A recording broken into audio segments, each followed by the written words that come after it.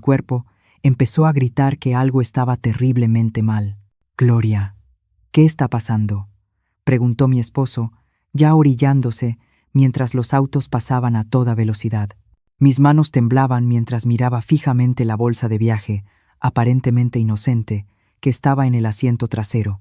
Apenas unos minutos antes, mi hijo Brandon me había llamado. Su voz sonaba extrañamente dulce, preguntando específicamente por esa bolsa. La forma en que dijo «te quiero» antes de colgar. En 42 años, ese muchacho quizá me había dicho esas palabras unas cuantas veces. Y jamás, en una llamada casual, «algo no está bien», susurré, con el corazón golpeándome el pecho. «Tenemos que dar la vuelta ahora mismo». Mi esposo me miró con la misma confianza que me había mostrado durante nuestros 50 años de matrimonio. No hizo preguntas, no discutió, solo esperó un espacio entre el tráfico y dio la vuelta en U, una maniobra que probablemente nos salvó la vida a los dos. Verás, lo que descubrí dentro de esa bolsa cambió todo lo que creía saber sobre mi propio hijo y sobre la familia que había estado sosteniendo durante años. Lo que habían planeado para mí, lo que estaban dispuestos a sacrificar para resolver sus problemas de dinero.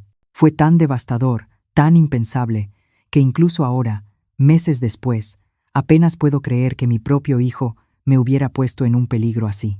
Pero me estoy adelantando para entender cómo terminamos en esa carretera, conmigo gritándole a mi esposo que diera la vuelta antes de cruzar una frontera internacional. Necesito contarte los 5 años que llevaron a ese momento. 5 años de generosidad, sacrificio y amor que la familia de mi hijo dio completamente por sentados. Porque, verás, yo los había estado ayudando económicamente desde que Brandon perdió su trabajo. Mes tras mes, año tras año, fui su red de seguridad, su solución para cada crisis. Y me pagaron esa bondad planeando algo tan impactante, tan criminal, que pudo haber destruido toda mi vida. Déjame empezar desde el principio, y entenderás exactamente por qué esas 3 palabras «da la vuelta» fueron las más importantes que he pronunciado en toda mi vida. Antes de profundizar más en la historia de Gloria, por favor deja un comentario diciéndome desde dónde estás viendo y suscríbete al canal Bóveda Historias de las Abuelas.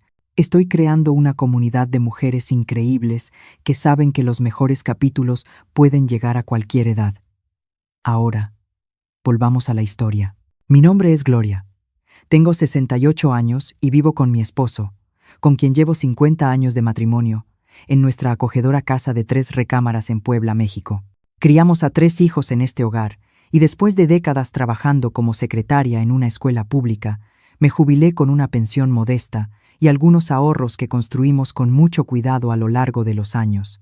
La vida era buena, tranquila incluso, hasta hace 5 años, cuando todo cambió para la familia de mi hijo Brandon. Brandon había trabajado como supervisor de almacén durante casi 15 años, cuando la empresa, de pronto, hizo recortes de personal. Así, sin más, a los 42 años, se quedó sin empleo, con una esposa, Andrea, y un hijo de 3 años que mantener. El mercado laboral era brutal, y aun cuando Brandon lograba encontrar trabajo, siempre eran puestos temporales que pagaban mucho menos de lo que ganaba antes. Como su madre, ¿cómo iba yo a quedarme de brazos cruzados viendo a la familia de mi hijo pasar dificultades? Todo empezó poco a poco. Unos cuantos cientos de pesos aquí y allá para ayudar con el súper cuando el dinero no alcanzaba. Dinero para la gasolina, para que Brandon pudiera seguir buscando trabajo. Luego el casero subió la renta y ya no podían cubrir la diferencia. ¿Qué se suponía que debía hacer yo? ¿Dejar que desalojaran a mi nieto? Antes de darme cuenta, ya estaba cubriendo la mayoría de sus gastos importantes cada mes. La renta, los pagos del coche, el seguro, los servicios. Incluso compraba toda la despensa y pagaba la guardería de mi nieto para que Andrea pudiera trabajar medio turno en un salón de uñas. «Mamá, te prometo que esto es solo temporal», me decía Brandon cada vez que le entregaba otro cheque. «En cuanto me recupere, te voy a devolver hasta el último peso». Andrea asentía, aunque yo notaba que nunca parecía tan agradecida como Brandon. A veces la sorprendía poniendo los ojos en blanco cuando creía que yo no la veía, o haciendo comentarios pequeños sobre cómo a algunas personas la vida les resulta más fácil que a otras. Pero yo hacía a un lado esos sentimientos, porque la familia ayuda a la familia, ¿no? Y cómo disfrutaba yo pasar tiempo con mi nieto. Lo cuidaba casi todos los fines de semana, lo llevaba al parque, le leía cuentos, lo consentía como se supone que hacen las abuelas. Esos momentos hacían que cada sacrificio valiera la pena. Mi esposo a veces se preocupaba. «Gloria, tenemos que cuidar también nuestra jubilación», me decía con suavidad. Pero yo no soportaba la idea de que a mi nieto le faltara algo. Además, nos las arreglábamos bien con nuestra pensión y nuestros apoyos de retiro. Los años se fueron mezclando así. Brandon encontraba trabajo, perdía trabajo, conseguía otro que no pagaba lo suficiente. Yo seguía firmando cheques, seguía cubriendo sus faltantes, seguía siendo esa red de seguridad confiable que sostenía toda su vida. Para cuando mi nieto empezó la primaria, me di cuenta de que llevaba casi 5 años manteniéndolos. No de vez en cuando, no solo en emergencias, sino de forma constante, mes tras mes. Ellos nunca tuvieron que preocuparse por llegar a fin de mes, porque la abuela Gloria siempre estaba ahí para cubrir los huecos. Yo pensaba que estaba siendo una madre y una abuela amorosa. Pensaba que los estaba ayudando a atravesar una mala racha hasta que pudieran valerse por sí mismos otra vez.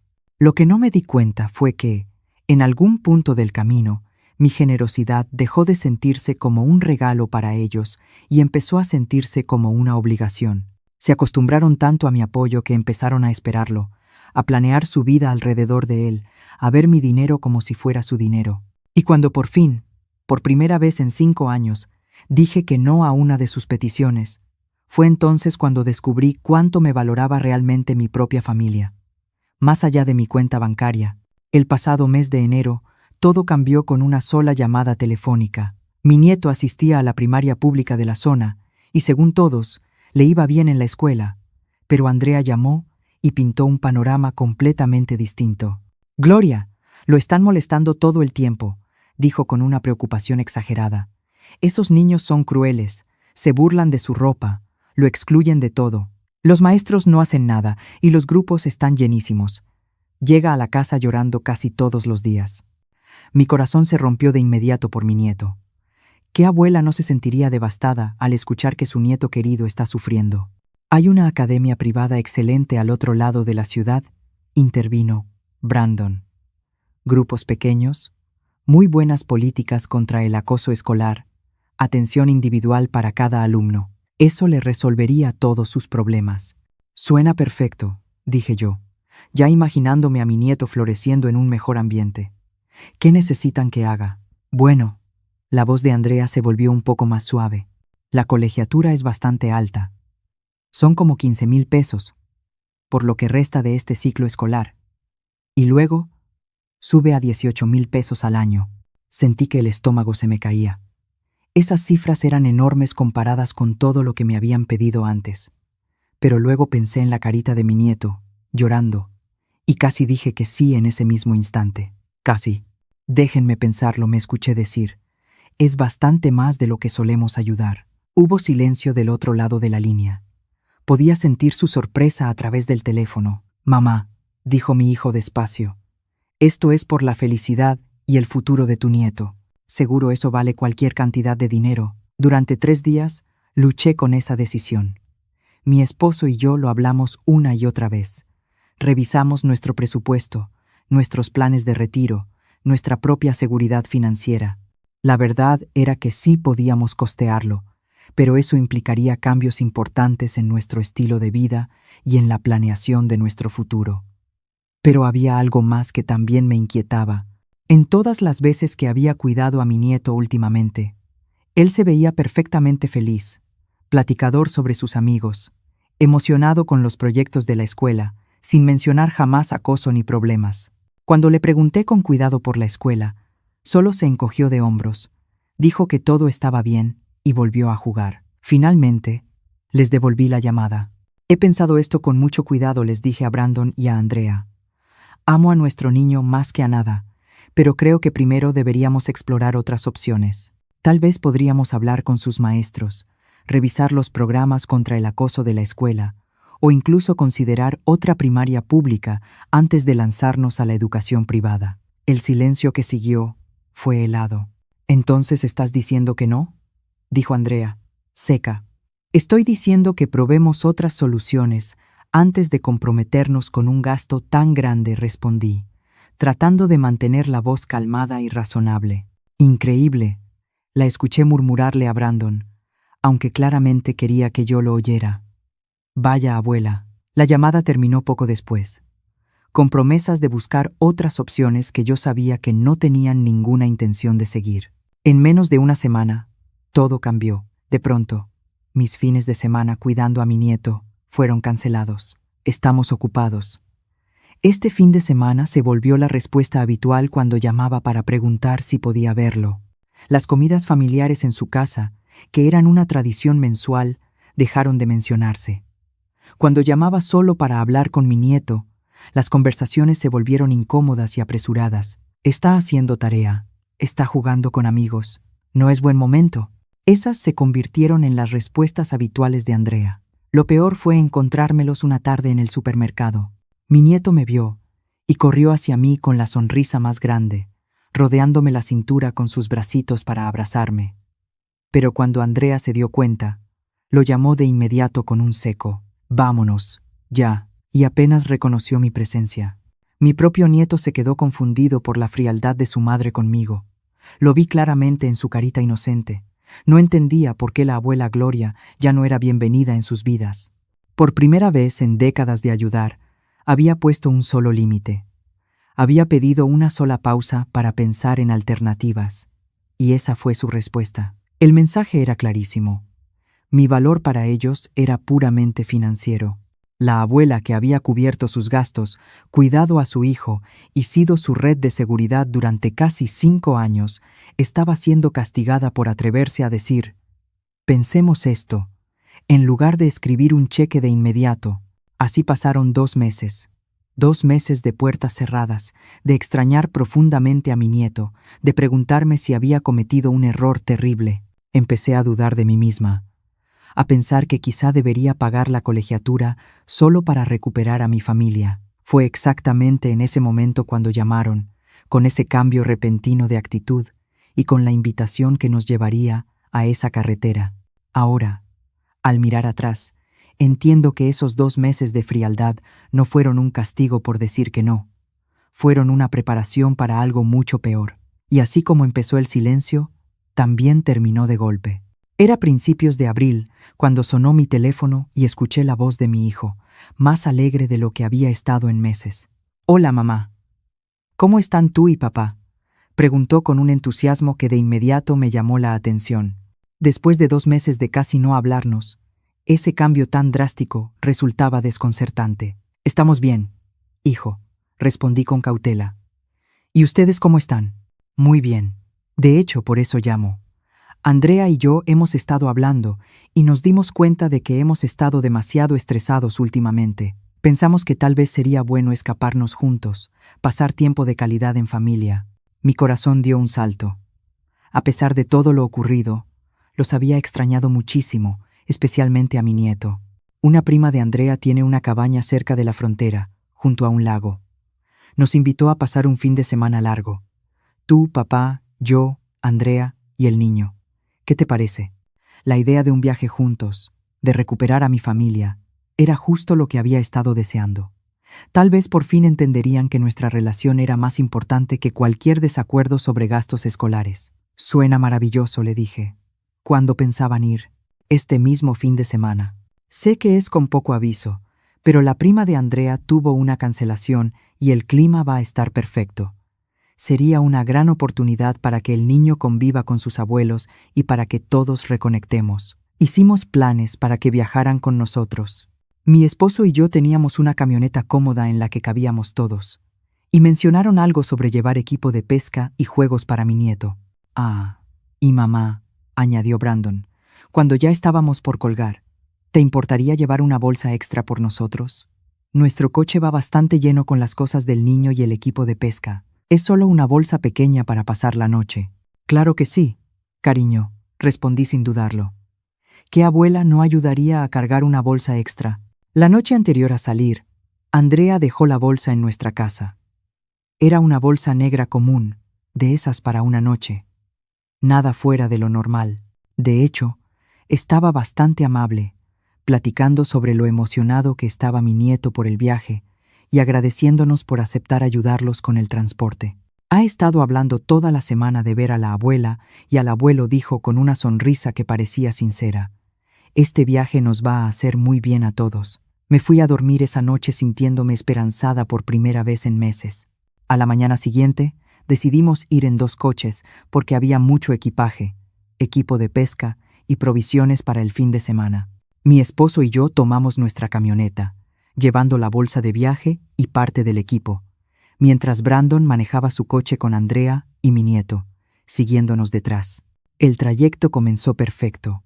Mi nieto no dejaba de saludarnos desde su coche, y en los semáforos nos poníamos a un lado para que nos enseñara sus juegos de viaje y sus botanas. Se sentía como antes, como si volviéramos a ser una familia unida. Habíamos manejado unas 3 horas, avanzando bien hacia la frontera, cuando sonó mi teléfono. Era Brandon, llamando desde su coche detrás del nuestro.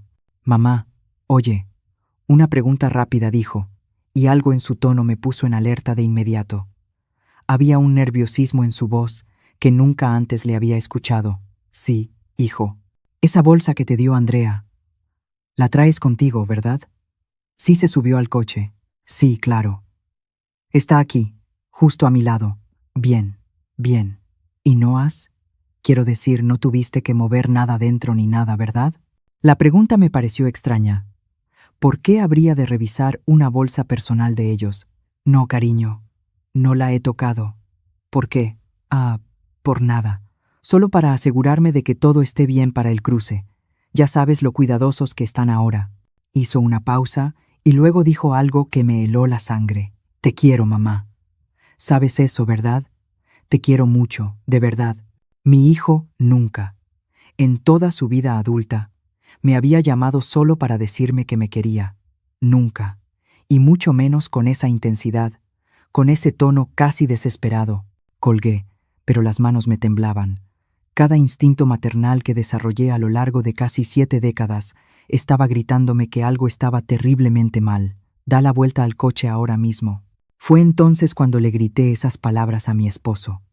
Las palabras que probablemente nos salvaron la vida a los dos. Nos detuvimos en la siguiente salida, y mientras mi esposo mantenía a todos distraídos, yo abrí en silencio esa bolsa aparentemente inocente. Lo que encontré dentro hizo que se me helara la sangre. Cuidadosamente ocultos, debajo de las pijamas dobladas de mi nieto y de algunos de sus juguetes favoritos, había pequeños paquetes envueltos en plástico. Incluso a mi edad, no era tan ingenua como para no reconocer lo que estaba viendo. Drogas. Una cantidad considerable. Mi propio hijo y su esposa habían planeado usarme como una mula involuntaria para cruzar droga por una frontera internacional. Habían contado con mi amor por mi nieto, con mi deseo de reconciliarnos como familia y con mi confianza absoluta en ellos para transportar su carga ilegal sin hacer preguntas. Si nos hubieran detenido en la frontera, y con lo minuciosas que estaban las revisiones ese día, muy probablemente habría pasado. Yo habría sido la que enfrentara cargos criminales. A mis 68 años, me habría enfrentado a años de prisión por tráfico de drogas. Y esa llamada de Brandon no era para preguntar por la bolsa. Era porque sabía que estaba a punto de destruir la vida de su madre para resolver sus propios problemas. Lo peor fue darme cuenta de que todo ese viaje de reconciliación había sido planeado desde el momento en que dije que no a pagar esa colegiatura.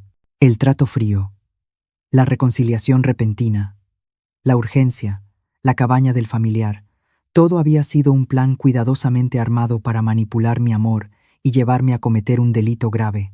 Mientras miraba esos paquetes escondidos entre las cosas inocentes de mi nieto, entendí que mi propio hijo estaba dispuesto a sacrificarlo todo: mi libertad, mi nombre, todo mi futuro, antes que aprender a vivir dentro de sus posibilidades o buscar soluciones legales a sus problemas económicos.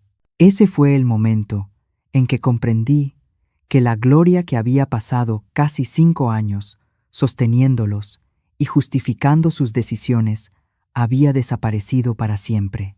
Ahí, detenida al costado de la carretera, mirando esos paquetes escondidos bajo las pijamas de mi nieto, sentí que algo dentro de mí cambiaba para siempre. La madre que había hecho excusas por las malas decisiones de su hijo ya no existía. La abuela que había priorizado mantener la paz antes que protegerse a sí misma se desvaneció en ese instante de terrible claridad. Mi esposo se acercó en silencio. ¿Qué encontraste, amor? Le mostré el contenido, sin decir una sola palabra. Su rostro se puso pálido y luego duro, con una ira que rara vez había visto en nuestros 50 años de matrimonio. Nos vamos a casa, dijo simplemente. Ahora mismo. Desde el coche de ellos, detrás del nuestro, pude ver a Brandon inquietarse, seguramente preguntándose por qué nos habíamos detenido. Mi teléfono volvió a sonar, pero lo apagué. No soportaba escuchar su voz sabiendo lo que había planeado hacerme. El camino de regreso a casa fue silencioso entre mi esposo y yo, pero mi mente no dejaba de dar vueltas. Cada momento de los últimos 2 meses, de pronto, encajó perfectamente. El trato frío, después de que me negué a pagar la colegiatura, no había sido un castigo. Había sido una preparación. Necesitaban crear distancia para que, cuando de pronto me invitaran a ese viaje, yo estuviera tan agradecida por la reconciliación que no hiciera preguntas. Habían manipulado mi amor por mi nieto, mi desesperación por reparar nuestra relación y mi confianza absoluta en ellos, y casi destruyen mi vida. Cuando entramos a la calle de su casa, Brandon y Andrea ya estaban fuera de su coche, viéndose confundidos y cada vez más nerviosos. «Mamá, ¿qué está pasando?», gritó mi hijo cuando caminé hacia la puerta con la bolsa de viaje. «¿Por qué dimos la vuelta? Ya casi llegábamos». Dejé la bolsa en la entrada y miré a mi hijo. De verdad lo miré. ¿En qué momento se había convertido en alguien que ya no reconocía? ¿Cuándo sus problemas lo transformaron en una persona capaz de sacrificar la libertad de su madre por conveniencia propia? «Sé lo que hay en la bolsa», dije en voz baja. El color se les fue del rostro a los dos. Andrea tomó el brazo de mi hijo y vi cómo intercambiaban miradas de pánico. «Mamá, yo puedo explicarlo», empezó Brandon. No lo interrumpí, con la voz firme, a pesar de que me temblaban las manos. «No hay nada que explicar. Planeaste usarme para cometer un delito federal. Estabas dispuesto a dejarme enfrentar prisión para resolver tus problemas económicos». «No era así», explotó Andrea. «Estábamos desesperados. Le debemos mucho dinero a algunas personas y nos estaban amenazando. Pensamos que si solo hacíamos un viaje, pensaron que podían sacrificarme a mí, en lugar de enfrentar sus propias decisiones. Terminé por ella». Mi nieto estaba detrás de ellos, viéndose confundido y asustado por el comportamiento extraño de los adultos. El corazón se me rompió por él, atrapado en medio de las terribles decisiones de sus padres. Quiero que me escuchen con mucha atención, continué, sintiendo cómo mi voz se fortalecía. A partir de ahora, ya no voy a dar ningún tipo de apoyo económico a su casa. Nada de ayuda para la renta, nada de pagos del coche, nada de despensa, nada de emergencias, nada. «Mamá, no puedes hablar en serio», dijo Brandon, con la desesperación colándose en su voz. «Dependemos de eso. No podemos sobrevivir sin tu apoyo. Entonces van a tener que aprender a sobrevivir». Respondí, como millones de adultos que manejan sus finanzas sin poner a sus madres en riesgo de cargos federales por narcotráfico. Me di la vuelta para regresar a nuestro coche, pero Brandon me agarró del brazo. «Por favor, piénsalo. Cometimos un error, pero si nos cortas ahora, lo perderemos todo. La casa, los coches, todo». Retiré mi brazo con suavidad y lo miré una última vez. «Tú estabas dispuesto a que yo lo perdiera todo. Mi libertad, mi nombre, todo mi futuro. Ahora te toca enfrentar las consecuencias de tus propias decisiones». Mientras nos alejábamos, los vi por el retrovisor, de pie en la entrada de su casa, sosteniendo esa bolsa, probablemente dándose cuenta por primera vez de que su red de seguridad económica había desaparecido para siempre. Esa noche me senté en la mesa de mi cocina e hice una lista de cada pago automático, cada cheque mensual, cada tipo de ayuda que les había estado dando. El total era abrumador. Había estado subsidiando prácticamente todo su estilo de vida durante tanto tiempo que ya había olvidado cómo se veía nuestro propio presupuesto sin esos gastos. En menos de una semana, cancelé toda forma de apoyo. Las cuentas bancarias a las que tenían acceso para emergencias, la tarjeta que les había dado para el súper, los pagos automáticos del seguro del coche, todo quedó cancelado. Esa misma noche hice algo más. Llamé a un abogado y le conté todo lo que había pasado, preguntándole qué pasos legales debía tomar para protegerme. Se horrorizó al escuchar el plan de mi hijo y me ayudó a documentarlo todo, por si algún día intentaban decir que yo había estado involucrada voluntariamente. Por primera vez en décadas, estaba poniendo mi seguridad y mi bienestar por encima de la comodidad de mi hijo. Debería haberse sentido egoísta, pero, en lugar de eso, se sintió como lo más responsable que había hecho en mi vida, porque la verdad era que, al permitir sus malas decisiones durante tantos años, no los estaba ayudando. Les había impedido aprender a resolver sus propios problemas, a vivir dentro de sus posibilidades y a tomar decisiones adultas sobre sus propias vidas. Y ahora, por fin, tendrían que hacerlo. 4 semanas después de que les corté todo apoyo, la realidad les cayó encima con fuerza. Mi teléfono empezó a sonar sin parar. Primero era Brandon, luego Andrea. A veces incluso llamaban desde el teléfono de mi nieto para intentar hacerme sentir culpable y obligarme a contestar. Dejé que todas las llamadas se fueran al buzón de voz. Los mensajes comenzaron con enojo. Mamá, nos están rechazando las tarjetas en todos lados. No puedes abandonarnos así. Luego se volvieron desesperados. Por favor, estamos a punto de perder la casa. Ayúdanos solo una vez más, y ya veremos cómo resolver lo demás. Pero ya había escuchado esas promesas durante décadas. Esta vez me mantuve firme. Después llegó la llamada de la hermana de mi nuera, a quien apenas conocía. Gloria, creo que deberías saber que Andrea y Brandon están planeando intentar de nuevo ese viaje al norte, me dijo en voz baja. Pero esta vez piensan ir ellos solos. Están desesperados y me preocupa que hagan alguna tontería. Se me heló la sangre. Incluso después de todo lo que había pasado, seguían dispuestos a traficar drogas en lugar de buscar soluciones legales a sus deudas. Este fin de semana me pidieron que cuidara al niño, continuó. Dijeron que iban a salir por un supuesto viaje de trabajo de unos días. Llamé de inmediato a mi abogado. Me aconsejó avisar a las autoridades con esa información, pero no pude hacerlo, ni siquiera después de lo que habían intentado hacerme. Ese sábado por la mañana estaba tomando café en mi cocina cuando sonó el teléfono.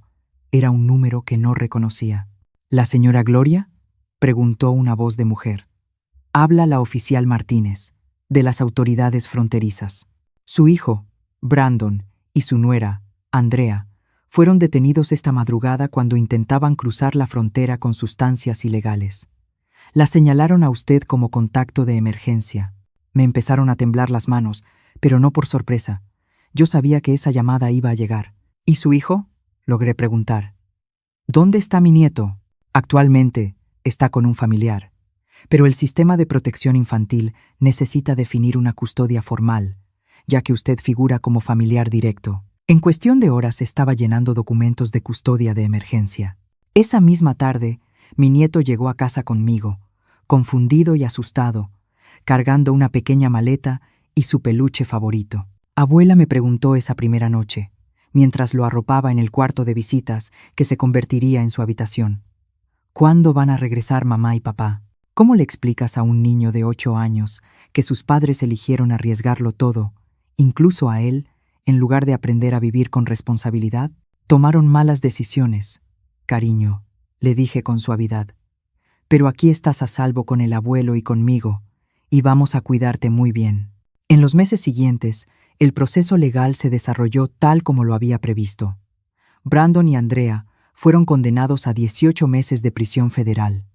La casa que no pudieron pagar sin mi ayuda entró en remate. Sus coches fueron embargados. ¿Y sabes qué? No sentí satisfacción alguna por su caída, solo tristeza de que hubiera llegado a ese punto y alivio de saber que mi nieto estaba a salvo. La audiencia de custodia fue sorprendentemente sencilla. Brandon y Andrea, enfrentando una condena considerable, aceptaron firmar la custodia temporal a mi favor para evitar que su hijo entrara al sistema de acogida. Mi abogado nos ayudó a establecer un acuerdo claro que protegía los intereses de todos. Mi nieto empezó en una nueva escuela pública cerca de nuestra casa, una escuela excelente, donde yo había trabajado años atrás como secretaria. Los maestros me recordaban con cariño y se esforzaron mucho por ayudarlo a adaptarse. No hizo falta ninguna academia privada costosa, solo adultos responsables y un entorno estable. Por las tardes hacía la tarea en la mesa de mi cocina, mientras yo preparaba la cena. Mi esposo le enseñó a jugar ajedrez y lo ayudaba con matemáticas. Leíamos juntos todas las noches, como yo lo había hecho con Brandon cuando era pequeño. Poco a poco, la confusión de mi nieto se fue disipando y fue reemplazada por una sensación de seguridad que nunca había tenido del todo. Ya no había discusiones constantes por dinero. Ya no había incertidumbre sobre si se pagarían las cuentas. Ya no había adultos tomando decisiones desesperadas que ponían a todos en riesgo. Abuela me dijo un día, unos 6 meses después de llegar a vivir con nosotros: «Me gusta estar aquí, es tranquilo». Fue entonces cuando entendí lo que todos habíamos estado perdiendo: la paz.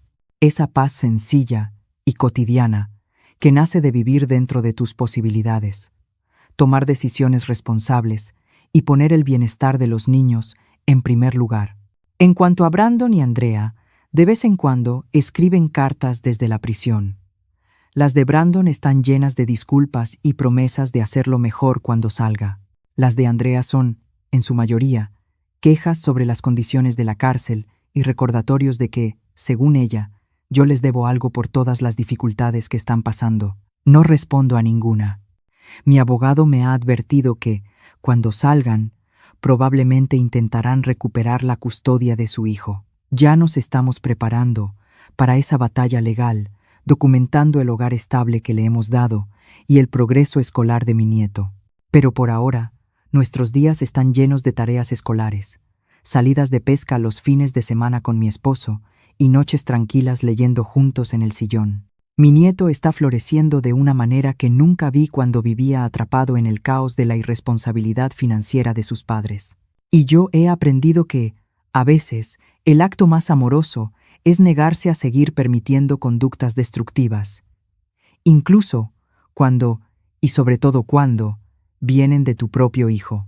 Ahora tengo 73 años, y no sé cuántos años más me queden por delante. Pero sí sé que el tiempo que tenga lo dedicaré a criar a mi nieto para que sea un hombre que resuelva sus problemas con honestidad, trate a los demás con respeto y jamás le pida a otra persona que pague el precio de sus errores. Esta es mi historia. Así fue como el instinto protector de una abuela y su decisión de poner límites no solo salvaron su propia vida, sino que le dieron a su nieto la infancia estable que sus padres no supieron ofrecerle. A veces, lo más poderoso que puedes decirle a las personas que se aprovechan de tu generosidad no es: «Te voy a ayudar una vez más». A veces es: «Te quiero demasiado como para seguir permitiéndote esto». Y, en ocasiones, eso es exactamente lo que la siguiente generación necesita escuchar. Esa es mi historia. Me encantaría saber qué piensas. ¿Alguna vez has tenido que poner límites difíciles a familiares que se aprovechaban de tu generosidad? Cuéntamelo en los comentarios y suscríbete para conocer más historias como la mía.